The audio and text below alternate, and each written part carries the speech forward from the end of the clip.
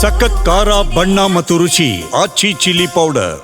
ಇನ್ನು ರಾಜ್ಯದಲ್ಲಿ ದಿನೇ ದಿನೇ ಸೈಬರ್ ಕ್ರೈಮ್ ಹೆಚ್ಚಾಗ್ತಾ ಇದೆ. ವಿಚಾರ ವಿಧಾನಸಭೆಯಲ್ಲೂ ಕೂಡ ಸದ್ದು ಮಾಡಿದೆ. ವಹಿವಾಟುಗಳೆಲ್ಲವೂ ಕೂಡ ಮೊಬೈಲ್ನಲ್ಲೇ ನಡೀತಿದೆ. ಆದರೆ ಆನ್ಲೈನ್ ಗೇಮಿಂಗ್ ತಡೆ ದೊಡ್ಡ ಸವಾಲು ಅಂತ ಗೃಹ ಸಚಿವ ಪರಮೇಶ್ವರ್ ಹೇಳಿದ್ದಾರೆ. ವಿಧಾನಸಭೆಯಲ್ಲಿ ಸೈಬರ್ ಕ್ರೈಮ್ ಸದ್ದು, ಗೃಹ ಸಚಿವರ ಉತ್ತರ. ಆನ್ಲೈನ್ ಗೇಮಿಂಗ್ ತಡೆ ದೊಡ್ಡ ಸವಾಲು ಎಂದ ಪರಮೇಶ್ವರ್. ಪ್ರತಿದಿನ ಸಹಸ್ರಾರು ಜನ ಸೈಬರ್ ವಂಚನೆಗೆ ತುತ್ತಾಗುತ್ತಿದ್ದು, ನಿನ್ನೆ ಇದೇ ವಿಚಾರ ವಿಧಾನಸಭೆಯಲ್ಲಿ ಪ್ರತಿಧ್ವನಿಸಿತು. ನೋಡಿ, ಸೈಬರ್ ಕ್ರೈಮ್ ಅಲ್ಲಿ ಇಡೀ ದೇಶಕ್ಕೆ ಕಂಪೇರ್ ಮಾಡಿದ್ರೆ ಕರ್ನಾಟಕದಲ್ಲಿ ಸೈಬರ್ ಕ್ರೈಮ್ ನಲ್ಲಿ ಹೆಚ್ಚಿನ ಪ್ರಕರಣಗಳು ದಾಖಲಾಗಿರ್ತಕ್ಕಂಥದ್ದು ಕೂಡ ನಾವು ಗಮನದಲ್ಲಿ ನೋಡ್ತಾ ಇದ್ದೀವಿ. ಬಿಜೆಪಿ ಶಾಸಕ ಸಿಮೆಂಟ್ ಮಂಜು ಪ್ರಶ್ನೆಗೆ ಉತ್ತರಿಸಿರುವ ಗೃಹ ಸಚಿವ ಪರಮೇಶ್ವರ್, ದೇಶ ವಿದೇಶಗಳಲ್ಲಿ ಇಂದು ಆನ್ಲೈನ್ ಬೆಟ್ಟಿಂಗ್ ಹೆಚ್ಚಾಗಿದೆ.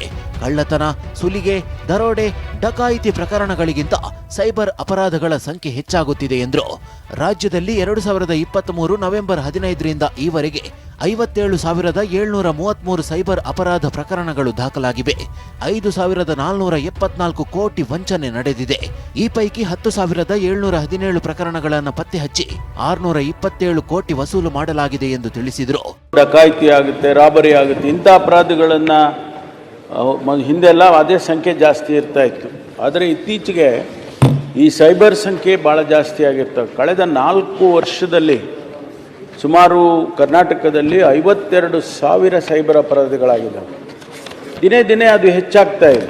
ಆನ್ಲೈನ್ ಗೇಮ್ಸ್ ನಿರ್ಬಂಧಿಸಲು ಕರ್ನಾಟಕ ಪೊಲೀಸ್ ಕಾಯ್ದೆಗೆ ತಾಂತ್ರಿಕ ಅಂಶಗಳನ್ನು ಸೇರ್ಪಡೆ ಮಾಡಲಾಗಿತ್ತು. ಇದರ ವಿರುದ್ಧ ಇಂಡಿಯನ್ ಗೇಮಿಂಗ್ ಫೆಡರೇಷನ್ ಹೈಕೋರ್ಟ್ನಲ್ಲಿ ಮೊಕದ್ದಮೆ ಹೂಡಿದ್ದು, ಸರ್ಕಾರದ ಆದೇಶವನ್ನು ನ್ಯಾಯಾಲಯ ರದ್ದುಪಡಿಸಿತ್ತು. ಹೈಕೋರ್ಟ್ ಆದೇಶ ಪ್ರಶ್ನಿಸಿ ರಾಜ್ಯ ಸರ್ಕಾರ ಸುಪ್ರೀಂ ಕೋರ್ಟ್ ಮೊರೆ ಹೋಗಿದೆ. ಇದೇ 19ಕ್ಕೆ ವಿಚಾರಣೆಗೆ ಬರಲಿದೆ ಎಂದು ಪರಮೇಶ್ವರ್ ತಿಳಿಸಿದರು. ಈ ಗೇಮಿಂಗ್ ಫೆಡರೇಷನ್ ಅಂತ ಒಂದಿದೆ, online gaming India gaming federation ಅಂತ.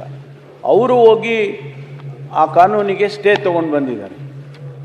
ಸ್ಟೇ ತೊಗೊಂಡು ಬಂದರೆ ನಾವು ಅದನ್ನು ಮತ್ತೆ ಈಗ ಸುಪ್ರೀಂ ಕೋರ್ಟಿಗೆ ಹಾಕಿದ್ದೀವಿ. ಅಲ್ಲಿ ಸುಪ್ರೀಂ ಕೋರ್ಟ್ನಲ್ಲಿ ನಡೀತಾ ಇದೆ. ಈ ತಿಂಗಳ 19ನೇ ತಾರೀಕಿಗೆ ಕೇಸು ಲಿಸ್ಟ್ ಆಗಿದೆ. ಸೈಬರ್ ಅಪರಾಧ ಸಂಭವಿಸಿದಾಗ ತುರ್ತಾಗಿ ತಡೆಯಲು ಗೃಹ ಇಲಾಖೆಯಿಂದಲೇ ಸಹಾಯವಾಣಿ ಆರಂಭಿಸಬೇಕು ಎಂಬ ಸಿಮೆಂಟ್ ಮಂಜು ಒತ್ತಾಯಕ್ಕೆ ಉತ್ತರಿಸಿದ ಪರಮೇಶ್ವರ್, ಈಗಾಗಲೇ ರಾಜ್ಯದಲ್ಲಿ ಸೈಬರ್ ಅಪರಾಧ ಪ್ರಕರಣಗಳ ತನಿಖೆಗೆ ಪ್ರತ್ಯೇಕವಾಗಿ ಡಿಜಿಪಿ ಶ್ರೇಣಿ ಅಧಿಕಾರಿಯ ನೇತೃತ್ವದಲ್ಲಿ ವಿಭಾಗವನ್ನೇ ರಚಿಸಿರುವುದು ದೇಶದಲ್ಲೇ ಪ್ರಥಮವೆನಿಸಿದೆ. ರಾಜ್ಯದಲ್ಲಿ 43 ಸೈಬರ್ ಅಪರಾಧ ತನಿಖಾ ಠಾಣೆಗಳನ್ನು ಆರಂಭಿಸಲಾಗಿದೆ ಎಂದು ಹೇಳಿದರು. ಇಡೀ ದೇಶದಲ್ಲಿ ಮೊದಲನೇದಾಗಿ ಒಂದು ಸೈಬರ್ ವರ್ಟಿಕಲ್ ಅನ್ನು ಕ್ರಿಯೇಟ್ ಮಾಡಿದ್ದೀವಿ.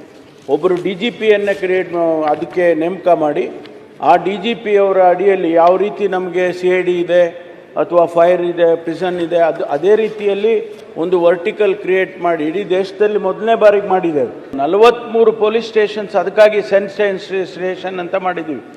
ಸೈಬರಿಗೆ ಗೋಸ್ಕರನೇ ಸಪರೇಟ್ ಆಗಿ ಸ್ಟೇಷನ್ನಲ್ಲಿ ಮಾಡಿದ್ದೀವಿ. ಅದರಿಂದನೇ ಈ ಸಂಖ್ಯೆಗಳು ಕಡಿಮೆ ಆಗ್ತಾ ಇದೆ.